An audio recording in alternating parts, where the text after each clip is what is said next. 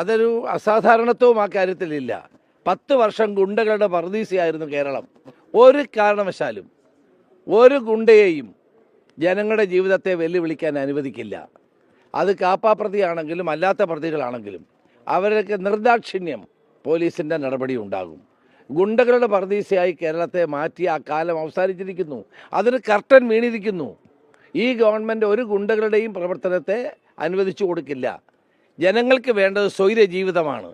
ആ സ്വൈര ജീവിതം ഉറപ്പാക്കിയാണ് ആഭ്യന്തര വകുപ്പിൻ്റെ ചുമതല, ഈ ഗവൺമെൻറ്റിൻ്റെ ചുമതല. അതുകൊണ്ട് ഗുണ്ട എവിടെയുണ്ടെങ്കിലും ആ ഗുണ്ടാപ്പണി നിർത്തിക്കൊള്ളുക. നിയമപാലകർ അവരുടെ പിന്നിലുണ്ടാകും. അതുകൊണ്ട് ഇന്നലെ ആകാശത്ത് വെടിവെച്ച് ഗുണ്ടയെ പിടിച്ചെങ്കിൽ ആ പോലീസ് ഉദ്യോഗസ്ഥരെ ഞാൻ അഭിനന്ദിക്കുകയാണ്. കാരണം അതാണ് വേണ്ടത്.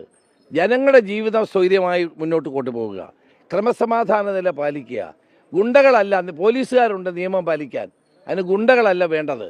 ഒരു സംശയവും വേണ്ട, അത്തരം ഗുണ്ടകൾക്ക് യാതൊരു വിധത്തിലും സ്വൈര്യ ജീവിതത്തെ തകർക്കാൻ ഞങ്ങൾ അനുവദിക്കില്ല. ആലപ്പുഴയിലെ കുപ്രസിദ്ധ രക്ഷാപ്രവർത്തന പറഞ്ഞു മോളെ സർക്കാർ മേൽക്കോടതിയിൽ ജാമ്യത്തിന് പോകുമോ? അത് പോലീസ് സർക്കാർ അത് പരിശോധിച്ചുകൊണ്ടിരിക്കുകയാണ്. DGP ആയിട്ടും AG ആയിട്ടും DGP ആയിട്ടും ആലോചിച്ച് അവർ സത്വര നടപടികൾ സ്വീകരിക്കും. എവിടെ? അല്ല, ഒരു കാര്യം ഞാൻ പറയാം, അങ്ങനെയൊന്നും പോലീസിന്റെ മനോവീര്യത്തെ തകർക്കണ്ട.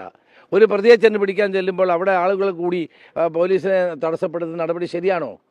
ആരുടെ തോക്കുന്നു? അങ്ങനെയൊന്നും സംഭവം ഉണ്ടായിട്ടില്ല.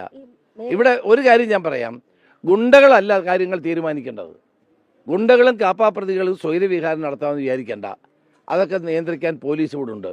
അതിന് കള്ളക്കഥകൾ മെനഞ്ഞ് പോലീസിന്റെ ആത്മവീര്യം തകർക്കാൻ അനുവദിക്കില്ല.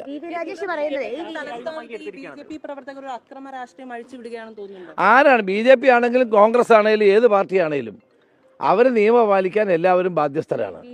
നിയമം ആര് പറഞ്ഞാലും ശരി, നിയമത്തിന്റെ വഴിക്ക് പോകും.